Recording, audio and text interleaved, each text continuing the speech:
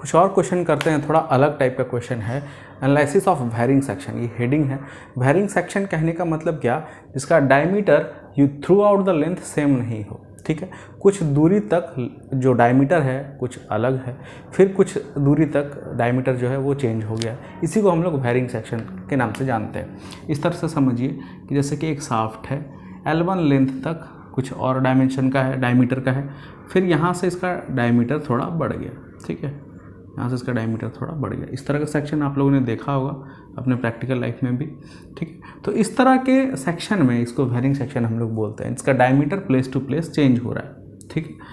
अगर इस तरह के किसी भी सेक्शन में अगर लोड लगता है, सपोज करिए P इधर से भी और P इधर से भी, और दोनों एक दूसरे से जुड़ा हुआ है कंटिन्यूटी की वजह से, इसको अगर अलग अलग करके देखा जाए, ठीक है, तो इसमें भी P लोड अप्लाइड हो रहा है, और इसको अलग करके देखा जाए बड़े वाले शाफ्ट को, इसमें भी P लोड अप्लाइड हो रहा है, ठीक है। तो इस तरह के सेक्शन में भी पूछा जा सकता है, सबका डायमीटर दिया हुआ है, L1 दिया हुआ है, L2 दिया हुआ है, मॉडुलस ऑफ इलास्टिसिटी दिया हुआ है मटेरियल का, ठीक है।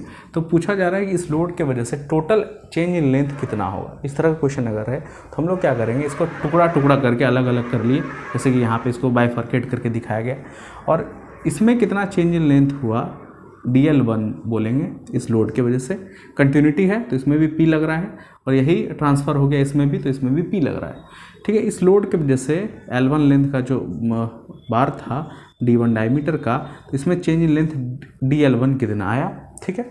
अब वेरिंग सेक्शन जो यहाँ पे वेरी किया है, इसका डायमीटर सपोज करिए D2 है, इसका लेंथ L2 है, और P लोड अप्लाइड हो रहा है, तो इसमें DL2 कितना आया, ठीक है।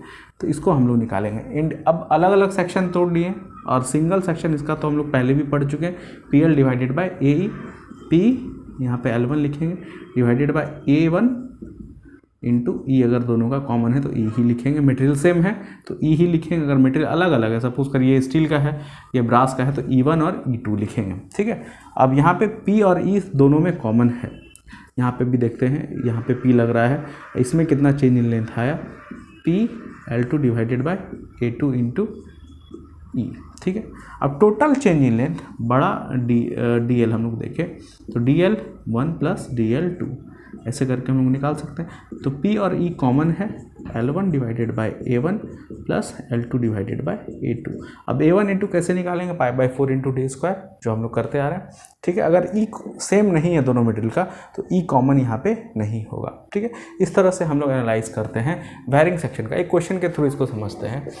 N axial pull of 35,000 newton यानी कि 35 kilo newton is acting on a bar consisting of 3 length as shown in figure. ये फिगर में दिया है, ये 20 सेंटीमीटर का पहला लेंथ है L1, 25 सेंटीमीटर का दूसरा लेंथ है L2, और तीसरा जो लेंथ है वो 22 सेंटीमीटर का। अलग अलग डायमीटर है, इसका जो क्रॉस सेक्शन है वो सर्कुलर है, वहाँ पे 3D व्यू में समझाए हैं, और ये एलिवेशन में आपको दिख रहा है, ठीक है। ये कैसा यहाँ पे शेप है, इसका क्रॉस सेक्शन सर्कुलर, इसलिए डाया दिया हुआ है 20 mm का, 30 mm का और 50 mm का, ठीक है। यहाँ पे सेंटीमीटर में दिया हुआ है, mm में हम लोग कन्वर्ट करके बता रहे हैं। ये the young models of elasticity तीनों का सेम मटेरियल है, और स्टील का ही है, लगभग 2 × 2.1 × 5 न्यूटन पर mm स्क्वायर। क्या क्या पूछा जा रहा है, determine stresses in each section, total extension of the बार, ठीक है। स्ट्रेसेस इन ईच सेक्शन, जैसे कि पहला सेक्शन 1 को हम लोग कंसीडर कर रहे हैं, इसमें स्ट्रेस कितना हो जाएगा, P डिवाइडेड बाय A1, ठीक है। P तो सभी के लिए कॉमन है, 35,000 न्यूटन का यहाँ से भी, 35,000 न्यूटन का यहाँ से भी। इंडिविजुअल इस सेक्शन को अलग करके देखें तो दोनों तरफ जो पुल अप्लाइड हो रहा है वो कितना है, 35,000 न्यूटन का, ठीक है। 35,000 डिवाइडेड बाय π/4 इंटू डाया कितना है 20 का स्क्वायर। ये स्ट्रेस इन स्मॉलर सेक्शन, इसको कैलकुलेट करें, 35,000 डिवाइडेड बाय पाई इंटू 20 का स्क्वायर, 4 ऊपर चला जाएगा, तो ये जो आता है ये आता है 111.408 न्यूटन पर mm स्क्वायर।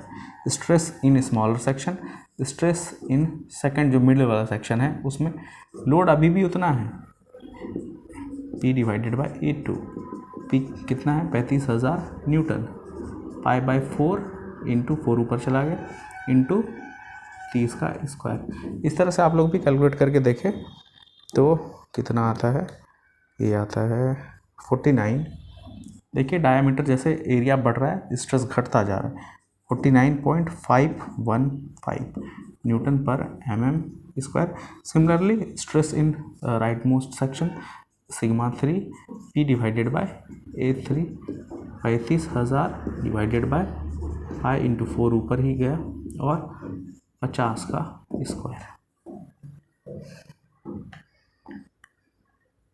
ठीक है, तो ये आंसर आता है 17.825 न्यूटन पर mm स्क्वायर। ठीक है, ये जो पहला क्वेश्चन था ये सॉल्व हो गया। सिंपल सा ही क्वेश्चन है, आप लोग भी इसको अटेम्प्ट ले। उसके बाद है टोटल एक्सटेंशन ऑफ द बार, यानी कि टोटल एक्सटेंशन, ये कुछ ना कुछ एक्सटेंशन इसमें होगा, इसमें होगा, इसमें होगा। ऐसा कोई फार्मूला नहीं है जो कि एक फार्मूला में से ही तीनों का एक्सटेंशन पता चल जाए।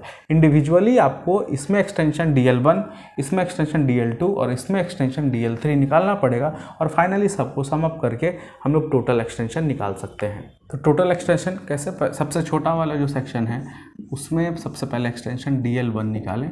लोड कितना लग रहा है, 35 किलो न्यूटन का, और ये डाया है 20 mm और लेंथ है 20 यानी कि 200 mm, सबको mm में कन्वर्ट कर लिया। तो DL1 कितना हो जाएगा, PL1 divided by A1 into E।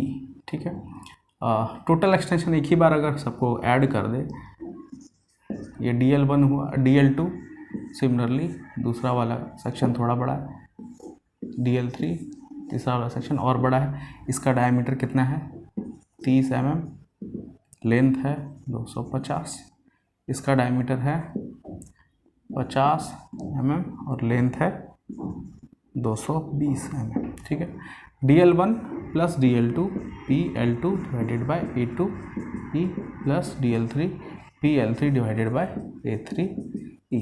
P और E तो कॉमन है, P और E कॉमन ले लेंगे। ठीक है, L1 divided by A1 plus L2 divided by A2 plus L3 divided by A3।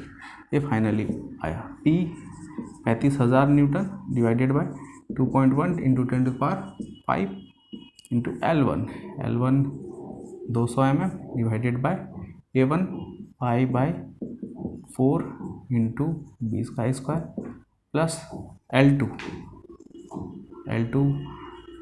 250 है, 250 into 4 divided by pi into 30 का स्क्वायर प्लस L3 220। ठीक है, 220 है, उसके बाद 4 डिवाइडेड बाय पाई इंटू 50 का स्क्वायर। इसको सॉल्व करेंगे और टोटल एक्सटेंशन क्या होगा पता चल जाएगा। इसको हम लोग सॉल्व करते हैं।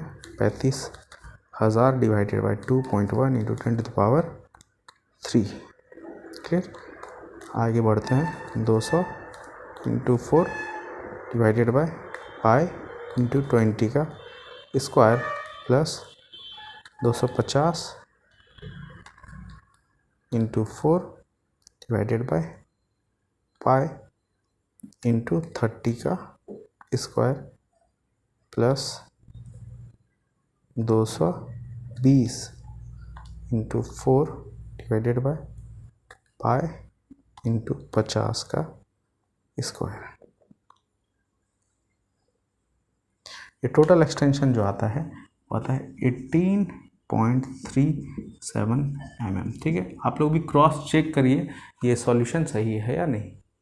एक और क्वेश्चन करते हैं, आपके competitive examination point of view के लिए क्वेश्चन बहुत अच्छा है, स्टैंडर्ड क्वेश्चन है। क्वेश्चन कुछ इस तरह से आपकी स्क्रीन पे आ रहा होगा। The bar shown in figure 1.8 is subjected to a tensile load of 160 kilonewton.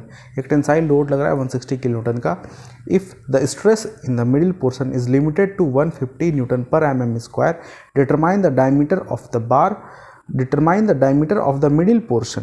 ठीक है, मिडिल पोर्शन में जो आपको फिगर दिख रहा होगा उसका डायमीटर नहीं दिया हुआ है। ठीक है, दोनों एंड पे जो पोर्शन आपको दिख रहा है उसका डायमीटर दिया हुआ है 60 mm का और 60 mm का। लेंथ भी दोनों का, दोनों एंड पे जो लगा हुआ है बार वो दोनों का लेंथ सेम है। ठीक है, find also the length of the middle portion. Total length दिया हुआ है, जो वैरिंग सेक्शन है उसका टोटल लेंथ 400 mm यानी 40 सेंटीमीटर, लेकिन अलग अलग लेंथ नहीं दिया हुआ है, मिडिल पोर्शन का आपसे लेंथ पूछा जा रहा है। ठीक है, find also the length of middle portion if the total extension या elongation of the bar is to be 0.2 mm, यानी total length DL1 plus DL2 plus DL3 तीनों को अगर जोड़े तो टोटल एक्सटेंशन जो है वो 0.2 mm का है। यंग्स मॉडुलस ऑफ इलास्टिसिटी दिया हुआ है 2.1 इंटू 10⁵ न्यूटन पर mm²। ठीक है, अब देखिए क्वेश्चन कुछ इस तरह का है, आपको एलिवेशन में दिख रहा था, जो अगर हम इसको 3D व्यू में अगर देखें तो अलग अलग डायमीटर का और अलग अलग लेंथ का जो शाफ्ट है एक दूसरे से अटैच्ड है, और सभी के थ्रू जो लोड सप्लाई हो रहा है वो कितना का है 160 किलोटन का। ठीक है, ये भी 160 किलोटन का लोड कैरी कर रहा है, ये भी मिडिल पोर्शन भी 160 किलोटन का लोड कैरी कर रहा है, ये भी 160 किलोटन का लोड कैरी कर रहा है।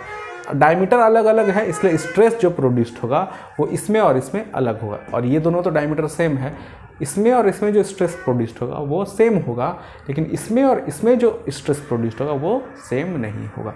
लेकिन लोड जो कैरी कर रहा है हर एक सेक्शन वो सेम 160 किलोन्यूटन का लोड कैरी कर रहा है। ठीक है, इसका लेंथ और इसका लेंथ, इसका डाया और इसका डाया आपस में बराबर है, लेकिन ये बीच में जो पोर्शन है इसका डाया भी अलग है और इसका लेंथ भी अलग है, जबकि टोटल लेंथ दिया हुआ है 40 सेंटीमीटर क्वेश्चन में या फिर 400 mm। ठीक है, ये कुछ गिवन डाटा है और आपको फाइंड आउट क्या करना है यहाँ पे लिखे हैं इन शॉर्ट, इसको देखते हैं एक बार। Stress in the middle portion of the bar, ये जो मिडिल पोर्शन में है इस पे जो स्ट्रेस डेवलप कर रहा है इस लोड की वजह से वो कितना है 150 न्यूटन पर mm²। ठीक है, टोटल इलोंगेशन जो DL1 plus DL2 plus DL3 करे, सभी में जो एक्सटेंशन है सबको जोड़ने के बाद जो टोटल एक्सटेंशन है वो भी गिवन है डाटा, क्वेश्चन में कितना दिया हुआ है 0.2 mm। ठीक है, total length of the bar 40 centimetre या 400 mm, Young modulus of elasticity 2.1 into 10⁵ newton per mm², dia of the both portion, इसका डाया और उसका डाया 60 mm या 6 सेंटीमीटर का। उसके बाद determine the diameter of the middle portion, middle portion का diameter निकालना है, also find the length of the middle portion. Question अच्छे से समझ में आ गया हो आप लोगों को। तो पहला जो पार्ट है ये तो ईजिली निकल जाएगा, diameter of the middle portion. अब मिडिल पोर्शन में क्वेश्चन में दे रखा है कि स्ट्रेस कितना डेवलप कर रहा है इस लोड के वजह से 150 न्यूटन पर mm²। लोड दिया है, स्ट्रेस दिया है, एरिया में कहीं ना कहीं डायमीटर छुपा हुआ है। ठीक है, तीनों को आपस में रिलेट करते हैं। मिडिल पोर्शन कंसीडर, सॉल्यूशन यहाँ से है, कंसीडर मिडिल पोर्शन। ठीक है, तो स्ट्रेस डेवलप कर रहा है, stress equals to P/A। Stress कितना मिडिल पोर्शन में डेवलप कर रहा है 150 न्यूटन पर mm², और जो लोड है वो 160 किलोटन है, उसको न्यूटन में बदलते हैं, डिवाइडेड बाय एरिया π/4 ऊपर चला गया इंटू d का square.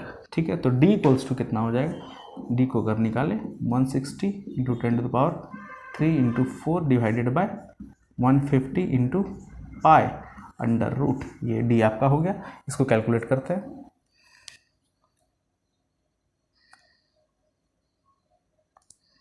One 160 into 10⁻³ into 4 divided by 150 into π, ये आता है 36.85 mm का। ठीक है, इतना डाया आया मिडिल पोर्शन का। क्लियर, 60 mm का बाहर वाला है, मिडिल पोर्शन का 36.85 mm में आया। ठीक है, अब है मिडिल पोर्शन का हम लोग लेंथ कैसे निकालें। ठीक है, सपोज करिए ये जो पोर्शन है इसका लेंथ, जो मिडिल पोर्शन का लेंथ निकालना है उसको माने हम लोग L माने। ठीक है, या फिर इसको L ही मानते हैं, इस लेंथ को जो फाइंड आउट करना है उसको क्या माने L।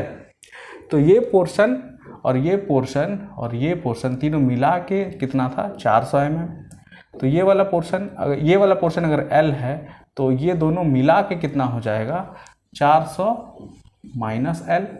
तो अलग अलग ये वाला पोर्शन और ये वाला पोर्शन अगर देखें दोनों आपस में बराबर है, तो ये पोर्शन का लेंथ जो होगा 2 से डिवाइड कर दीजिए तो वो कितना हो जाएगा इसका लेंथ, यानी 400 माइनस L डिवाइडेड बाई 2, यहाँ से लेके यहाँ तक का लेंथ, इसका भी 400 माइनस L डिवाइडेड बाई 2, यहाँ से लेके यहाँ तक का लेंथ। ठीक है, सभी मिला के आपस में 400 है, तो इंडिविजुअल इसका लेंथ कितना हो गया, टोटल लेंथ में से पहले इसको माइनस किए और 2 से डिवाइड किए। क्यों 2 से डिवाइड किए, क्योंकि दोनों आपस में इक्वल है। चलिए, तो ये हम लोग रफली L के टर्म में सारा अननोन जो लेंथ वाला टर्म है उसको लेते आए। अब हम लोग फाइंड आउट करते हैं L कैसे निकलेगा, मिडिल पोर्शन का लेंथ कैसे निकलेगा। यहाँ पे टोटल एक्सटेंशन बड़ी DL equals to DL1 plus DL2 plus DL3 का रिलेशन अगर लगाएंगे तो उसमें कहीं ना कहीं L वाला टर्म छुपा हुआ है, वो फाइंड आउट हो जाएगा। टोटल एक्सटेंशन यानी बड़ी DL equals to DL1 plus DL2 plus DL3। DL total extension question में दे रखा है 0.2 mm, 0.2 DL1 PL बटे AE 160 Newton power 3 into L अब कितना ले 400 माइनस L डिवाइडेड बाय 2, ये हुआ PL बटे AE area pi by 4 into diameter कितना है 60 का square into E 2.1 into 10⁵, AE का वैल्यू 2.1 इंटू 10⁵, ठीक है। प्लस DL2 हम लोग क्या लिख सकते हैं PL बटे AE, PL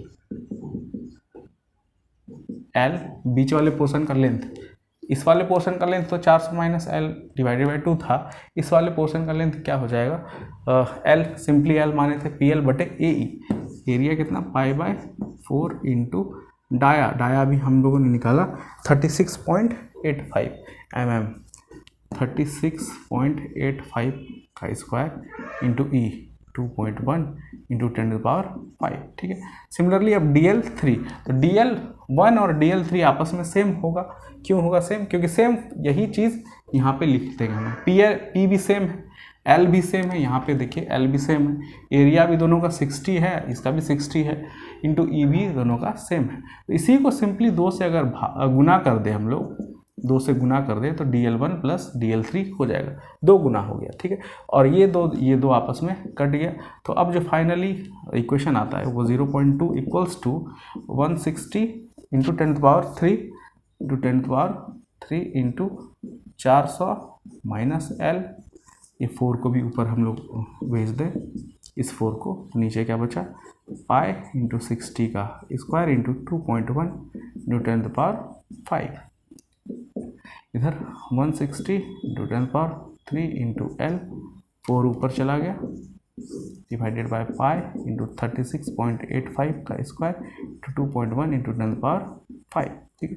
इसको सॉल्व करिए और फाइनली जो L वाला टर्म है वो निकल जाएगा। 4 इंटू 160 इंटू 10⁻³ इंटू 400, पहले एक बार 400 से मल्टीप्लाई कर दें, उसके बाद L से भी मल्टीप्लाई करके हम लोग सॉल्व करेंगे, डिवाइडेड बाय पाई इंटू 60 का स्क्वायर इंटू 2.1 इंटू 10⁵, ये आता है 0.1078 माइनस, पर अब L से मल्टीप्लाई करते हैं, 4 into 160 into 10⁻³ divided by pi into 60 का स्क्वायर इंटू 2.1 इंटू 10⁵, ये आता है 2.6947 इंटू 10⁻⁻4 इंटू L, ठीक है। अब इस टर्म को सॉल्व करते हैं, 160 into 10⁻³ into 4 divided by pi into 36.85 का स्क्वायर इंटू 2.1 इंटू 10⁵, ये आता है 7.144 इंटू 10⁻⁻4 इंटू L, ठीक है। ये अब इस दोनों में L वाला टर्म है, ठीक है, और इसको एक साइड लेते जाते हैं और L अपने आप क्या हो जाएगा पता चल जाएगा।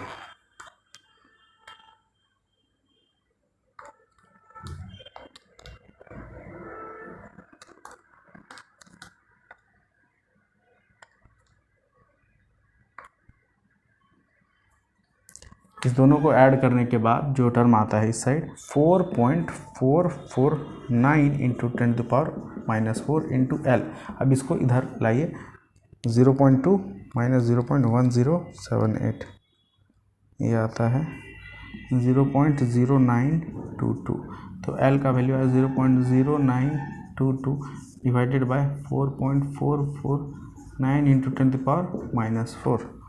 ठीक है, इसको सॉल्व करते हैं। 0.0922 डिवाइडेड बाय 4.449 इंटू 10⁻⁻4। ये वैल्यू आता है एल का 207.23 mm। ठीक है, तो मिडिल पोर्शन वाला जो लेंथ है एल उसी को माने थे और उसका वैल्यू कितना है 207.23। तो ये इसको निकाल लीजिए, यहाँ पे एल का वैल्यू रखिए 400 माइनस 207.23 डिवाइडेड बाय 2, ये आ जाएगा आपको 96.38।